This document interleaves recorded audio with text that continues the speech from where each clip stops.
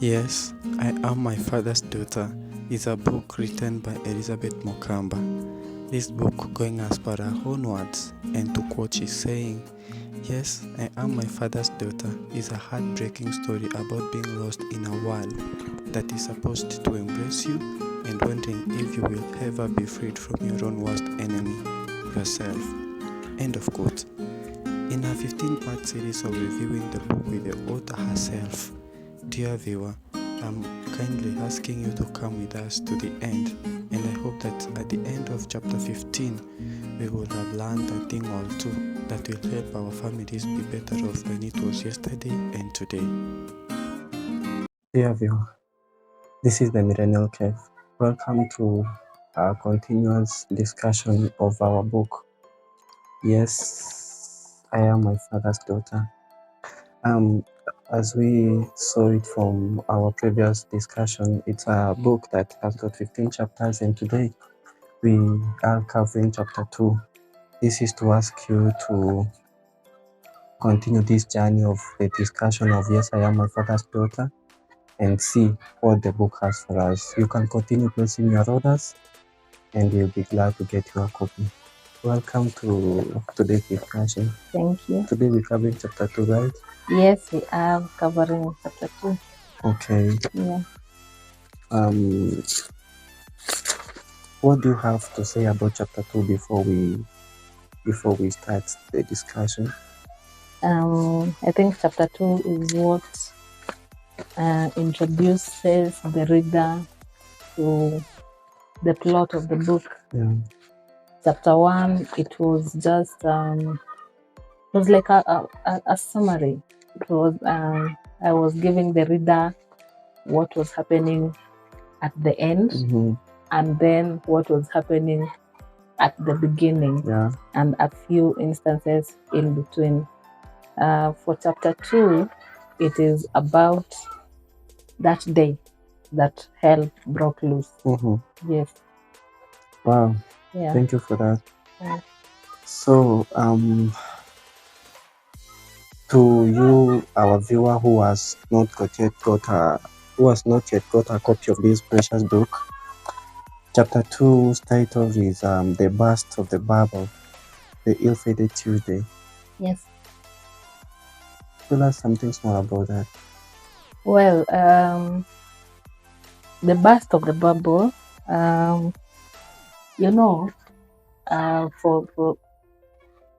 for those who do not know this term, that is known as a bubble burst. It comes a time in a certain industry. For example, me, let me talk about the housing industry, because I'm in real estate. So there is this phenomenon that is known as the burst of the bubble, like a bubble burst. It's whereby you get that prices go up until they can't go up anymore. So they start coming down. So that phenomenon is known as a bubble burst. So for me, this Tuesday, the ill-fated Tuesday, it was that moment where the bubble burst. So I had all these emotions, everything stuck inside me. And then that Tuesday, it burst. Okay. Yes.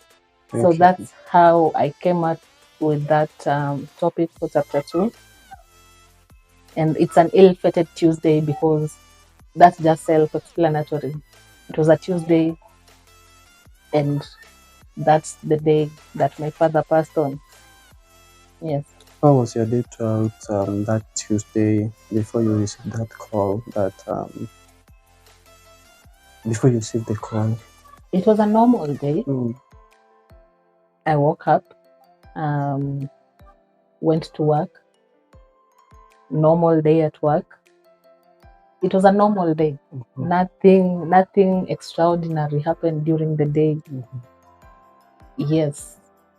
Although I can't remember if it's that day or maybe a few days prior, I had received a text from my mother telling me to pray for our family. Okay. So that might be the only thing that, let's say, happened. I think it was that Did text was on a Monday. did she maybe explain on the text what she was saying? So was it a normality? Maybe like such kind of a text. Has she ever wrote you such kind of a text before? Maybe. Not really, but we had talked. I knew the situation at home, so I understood what she meant. Yes. Yeah. At any point of the day, did you maybe make her call home to check on how? I understand that on that Tuesday you had known that your dad was sick, right? Yes. So at any point of the day on that Tuesday, did you maybe make a call home to check on how he was feeling? No. It was just a normal working day. Yes. So I didn't make any call as during the day. Okay. Say that way. Yes. From the call from your brother, Yeah. he tells you that he had gotten worse. Yes. And they were taking him to the hospital. Yes. Meaning he was home? Yes, he was at home. Okay. Yes. So he wasn't that badly off? No, he was never admitted. No. For contact purposes, he had gotten sick 5 days prior. And it is not the sickness that you go to get admitted. It is the sickness that you go get checked out and given medicine and you go back home. So he was at home. He was not in hospital. Okay. Yes. Had you ever been admitted to the hospital maybe at any point you can remember? Not that I know of. None that I know of. Yes. How did you react to that information when your brother called you and he told you that they had taken him to the hospital? How did you react to that? What came to your mind? Well, when I got that call, first of all, I was working late because normal working hours end at 5 p.m. Okay. But this was almost 5:30, 6 p.m.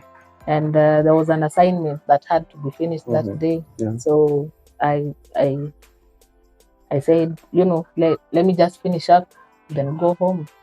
So when I got that call, and he told me, Dad has gotten worse, and we are rushing him to hospital. And he told me, it's better off if you get your brother and come home tonight. So for me, that at that point, that was just it. Let me finish up,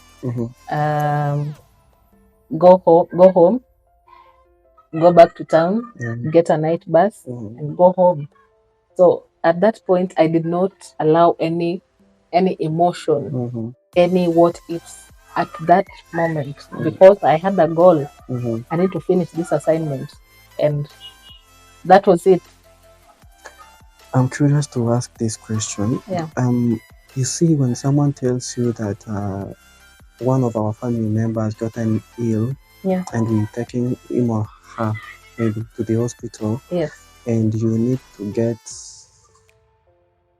other family members and come home. You see, to me, that sounds like it must be something so serious. I mean, yes. You see, maybe what I'm thinking is, that leads to someone thinking maybe the person who I'm being told that I've been taken to the, is he or she dead, or why do we have to go? That's why I'm saying at that moment, I could not think that way. Okay. At that moment, all I thought is, okay, so let me finish up and go home. I could not allow myself to think further than that. Okay. Because I had this, I just wanted, I couldn't just think deep into it. I just thought, okay, let me finish up, get my brother, and go home at that moment. Did anyone at your workplace know that you had someone sick maybe?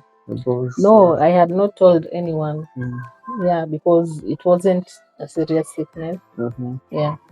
Tell me about going to your boss to ask for permission, and how was it for him to allow you? So when I went back after the call, and finished the assignment, which was with another colleague.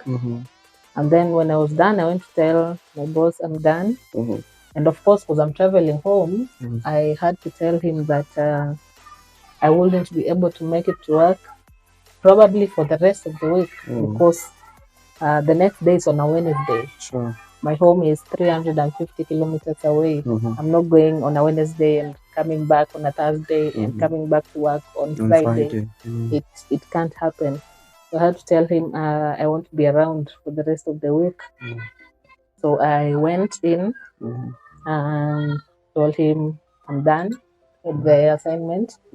And so, of course, normal courtesy, see you tomorrow. And that's when I felt my blood now started, a little bit of boiling, And it's because now I have to say I'm not going to be in for work. Yeah. And I don't know how to say it because this is not that normal that you say tomorrow I have to pass by somewhere before I come, so I'll be late. You are literally asking for 3 days off out of nowhere at 6:30 in the evening, you see.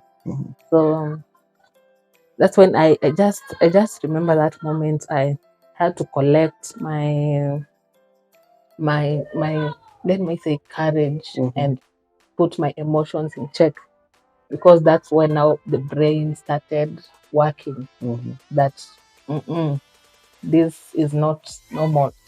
So at that point, it's when my brain started telling me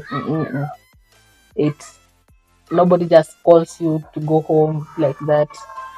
So I told him I have to go home.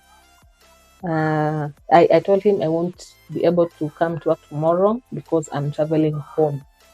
So he knew my home is Kisii, and he asked, why are you traveling? And I told him my dad is sick. Then I have to go see him. And he asked me which hospital, and I told him Krista Marian Hospital. And he said, oh, I know that hospital. He said something like, one of my children was born there. Yeah. And of course, in the moment of just lightening up the mood. Yeah. And so at that point, I just remember I think I had tears in my eyes, and my nose was a bit running. I had no handkerchief. So you know how you have to behave in such a moment. And I think he saw that. So he just said, it's okay, you'll let me know when we'll be coming back. And that's when I went. So from my boss's office, there was a corridor whereby you could bump into other colleagues, and I did not want anyone to see me in that state, because someone could begin to ask what's wrong, and I did not want to answer that question. So I just, how you straighten up your face, and I opened the door and walked very swiftly to my office and took my bag, and again walked very swiftly outside. So outside there, no one could see me or talk to me or ask me what's wrong. So I could deal with whatever is coming outside there. So that's how I got out of the office on that Tuesday around 6:30, 6:45 p.m. Yeah. Okay. Yes. I understand that this was back in the year 2019. Yeah. Tell me about the year 2019 generally. How was this year? What were your goals? How was your year generally? I had just graduated in 2018, so I did not have a lot of goals. I just wanted to get introduced into the profession. And when I got this job that I'm talking about in 2018 November, I said next year I just want to stay at this job and build my, get experience, get trained, and just that's it. I wanted to know how the industry looks like. In fact, you've mentioned that while your career took off swiftly, your social life went crashing down with a bang. Yeah. Why so, and what was happening? Because I wasn't doing anything else. I was waking up, going to work, going back to the house, eat, sleep. The next day, wake up, work, back to the house, eat, sleep. So I wasn't doing anything much outside work. I am not a people's person per se. And then, my friends, at that point, everyone is trying to find a footing somewhere because you're just out of campus. You don't understand life so well. So everyone is everywhere, still trying to get into something, to find a job, to find a place to stay. Some people relocating, some people, that kind of thing. So it was just a year whereby I settled into a routine whereby it is wake up, go to work, come back home, sleep, and that's it. So my social life, it wasn't there. Yeah. Okay.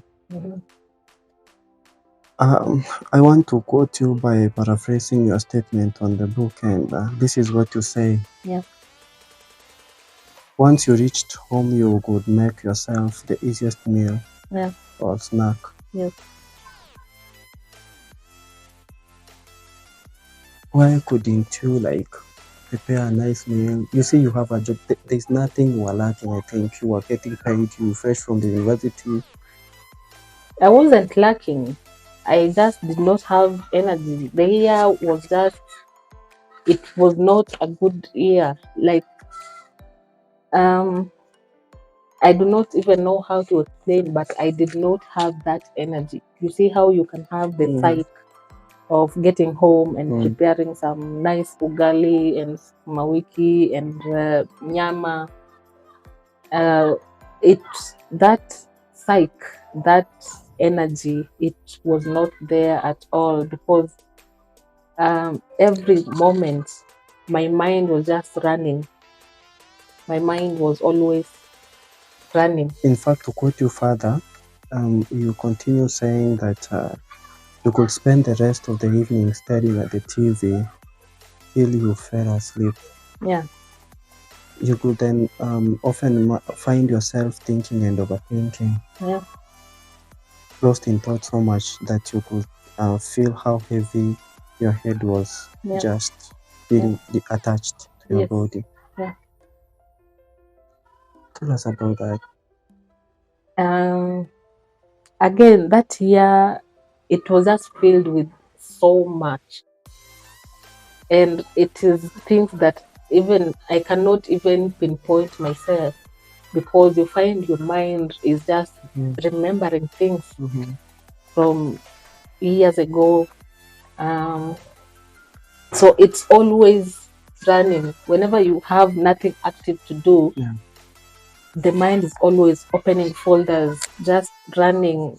And sometimes you actually feel how heavy your head is. And I remember during that time, wherever I was staying, it was maybe a 45 minutes walk. As you continue, I want to put this book here for our viewers to see. Yeah, sorry.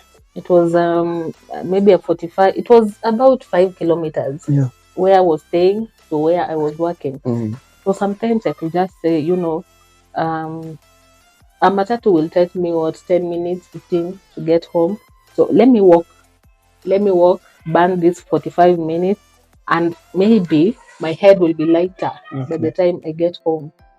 But by the time I get home, In fact, just more thoughts I added on myself, plus now the physical exhaustion. And now, where do I get the energy to cook? No, I was struggling. You were struggling with your relationship with your family, especially your father. Yeah. Tell me about that. In your adulthood, you start realizing some things. Sometimes you want to hold a conversation with your parent because, like, you're an adult now. You are basically like you need that closeness. Sometimes you need advice. You need someone to tell you, hey, the world is kind of like this. Yeah. It's not like when you are young, you're a teenager, and yours is just to follow the rules. Right now, you are an adult. You're out there. So at this point, I was feeling a detachment from my family because I could not talk to them the way I wanted to talk to them. I could not seek advice.